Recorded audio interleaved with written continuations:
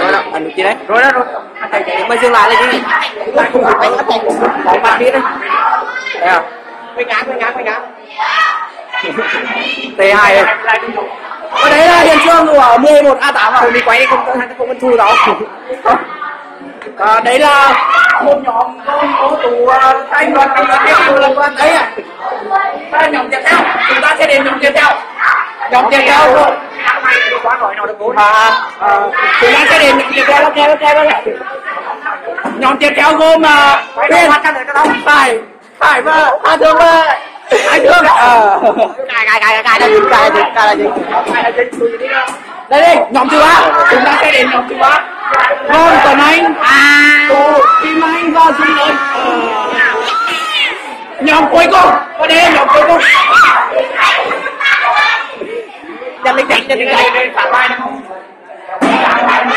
đầu về cái tên cái đi này đi rồi đó đến nghe đi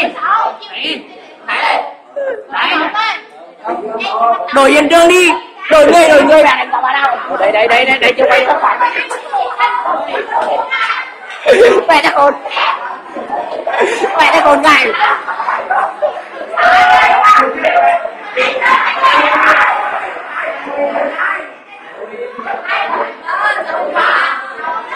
kéo xuống nào